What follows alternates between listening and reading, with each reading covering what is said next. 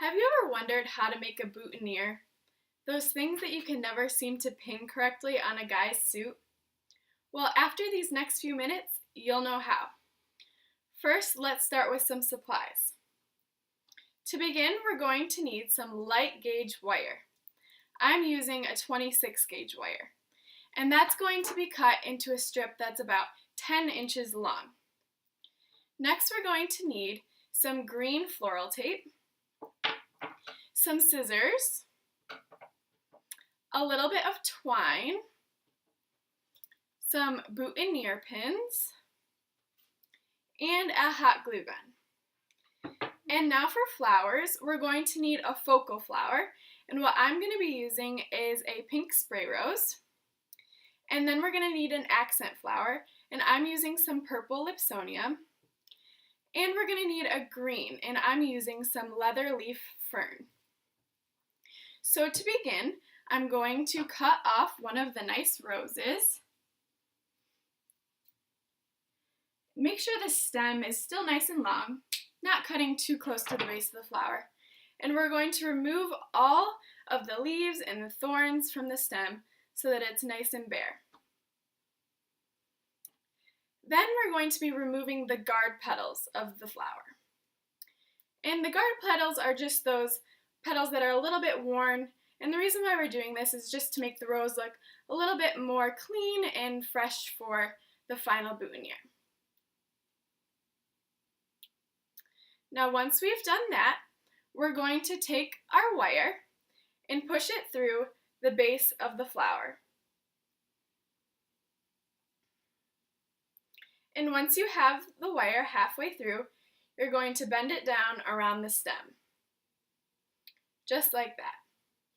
And now, so that we don't have any exposed wire, we're going to take that green floral tape and wrap it around the stem. Now, in order for this tape to stick, you have to stretch it and twist it around the base. And then it will actually stick to itself. So the reason why we're wiring this is so that the boutonniere is extra sturdy for whatever event you're using it for. So if the groom or the groomsmen are maybe hugging friends or family members, that it stays nice and sturdy and doesn't fall apart. So I'm just wrapping it so that most of the wire is covered and none of that is exposed. And I'm going to take my scissors and cut it off. And now we can move on to our accent flowers. So now I'm taking my scissors again and cutting off a piece of Lipsonia. And similarly with the rose, I'm going to be removing those bottom petals or bottom flowers so that you have a nice bare stem, just like that.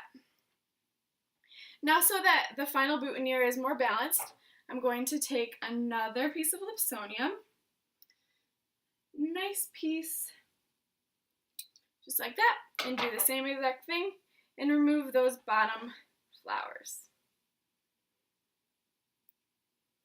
Just like that. Now we can move on to our greens. I'm going to cut off a piece of fern. And again, I'm removing about half of the leaves so that you have about half of the stem bare and clean. And the reason why we're doing this is so that we can tape the stems. And now for the fun part, we get to arrange the flowers. So I'm going to take that focal flower and then put a piece of Lipsonium on both sides, just like that. And I'm kind of just playing with it and wiggling it around until I get that desired look that I want. And then I'm going to back it with a piece of fern. Again, just kind of wiggling it around until I like the way it looks.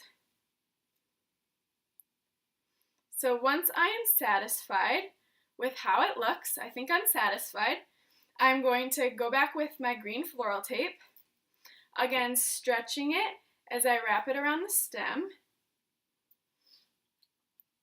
and just make sure all of that is nice and secure, none of it is falling out.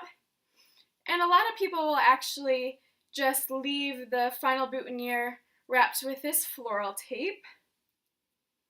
But since I'm going for kind of a rustic look for this boutonniere, I'm going to be wrapping it with a twine. So after you have that all covered, I'm going to be cutting the stem with the wires to about 2.5 inches, or to the desired length.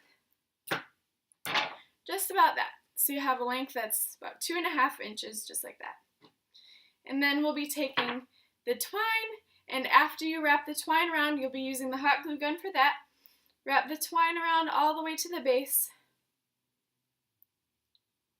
of the stem. And once the final boutonniere is complete, you're going to want to store it in a cold area such as a refrigerator so that it is nice and fresh for whatever event you're using it for. Whether it's a prom or a wedding or another special event, you'll have a beautiful boutonniere for the next day. So next time you need a boutonniere for an event, instead of paying a lot of money at a florist, you can make it on your own. And I'll show you the final product.